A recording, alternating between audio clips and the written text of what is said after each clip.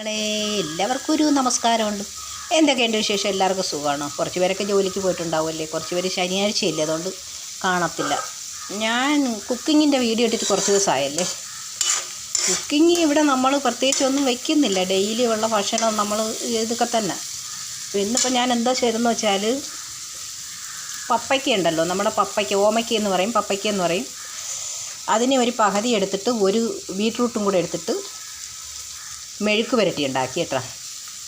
അതാണ് ഇത്രയും കളറ്, പപ്പയ്ക്കയും ബീട്രൂട്ടും കൂടെ.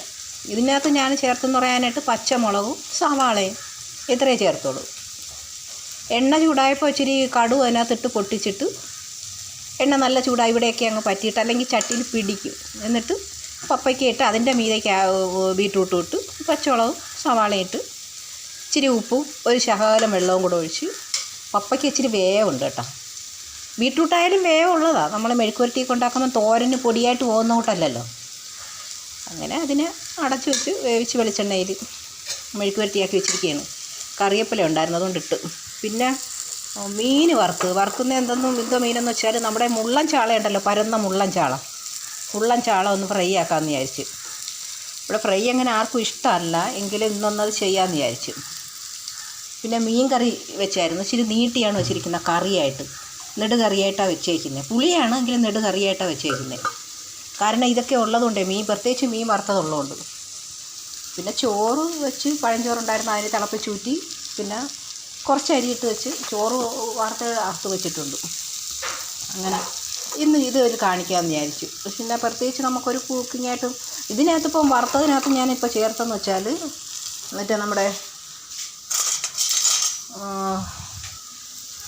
ഇച്ചിരി കുരുമുളക് പൊടി,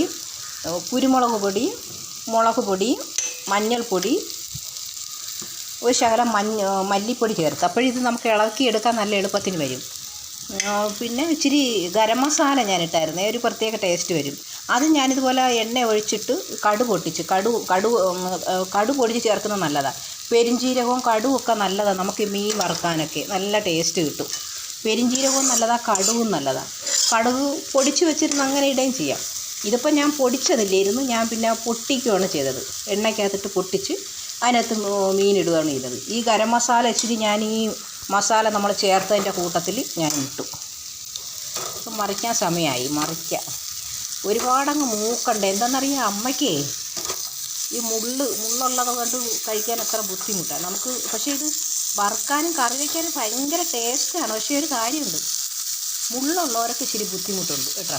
ഈ ഇച്ചിരി മുള്ള് എടുത്ത് കഴിക്കാൻ അമ്മയ്ക്കൊക്കെ ഇച്ചിരി ബുദ്ധിമുട്ടല്ലേ. ഞാനൊക്കെ ആണെങ്കിൽ വറുത്ത മീനിൻ്റെ മിക്ക മുള്ളുകളും കരിമുരുന്ന് തിന്നും, നല്ല പൊരിപൊരാന്ന് പൊടിയുന്നതാണെങ്കിലേ. അങ്ങനെ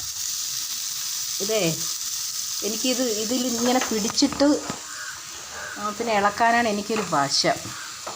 അപ്പോൾ ഈ ക്യാമറ ഇരിക്കുന്നത് കൊണ്ടേ ഒരു സൈഡ് മൂത്തില്ല. എന്താണെന്നറിയാം, ഈ തീ ഇങ്ങനെ അങ്ങ് തള്ളി നിന്നുകൊണ്ടാണ് കേട്ടോ. തീയേ ഒരു സൈഡിലായിരുന്നപ്പോൾ അവിടെ അങ്ങോട്ട് ഇതായില്ല.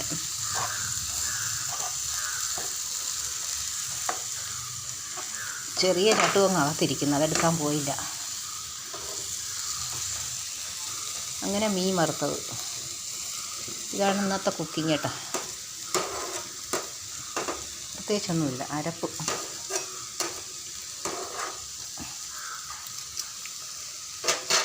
പിന്നെ വേറെന്താണ് സഹോദരങ്ങളെ, നമ്മുടെ മെഴുക്കുപുരട്ടി ഈ ചട്ടിയിൽ അടി പിടിക്കും. പക്ഷേ എനിക്ക് ഈ ചട്ടിയിലാണ് വയ്ക്കാൻ നല്ല ഇഷ്ടം. ഇച്ചിരി വലുതായതുകൊണ്ടേ കുഴപ്പമില്ല, കഴിഞ്ഞു. ഇത് പപ്പയ്ക്ക ആകുമ്പോഴത്തേക്ക് നമ്മളെ മൊരിഞ്ഞാണൊക്കെ ആവൂലല്ലോ. പിന്നെ മെഴുക്കുപുരട്ടിയുടെ കാര്യം റെഡിയായി. മെഴുക്കുപുരട്ടി കോരി ഇതിനകത്ത് വയ്ക്കാം. അങ്ങനെ മീൻകറി ആയിട്ടുണ്ട്. മീൻകറി നെടുകറിയാണെന്ന്. അപ്പോൾ പിന്നെ ശരി സഹോദരങ്ങളെ, ടാറ്റാ. പിന്നെ ഞാൻ എന്തോ പറയാനാ. അപ്പോൾ പിന്നെ ശരി, എൻ്റെ വീഡിയോയ്ക്ക് ലൈക്ക് തരണേ സഹോദരങ്ങളെ. ടാറ്റാ.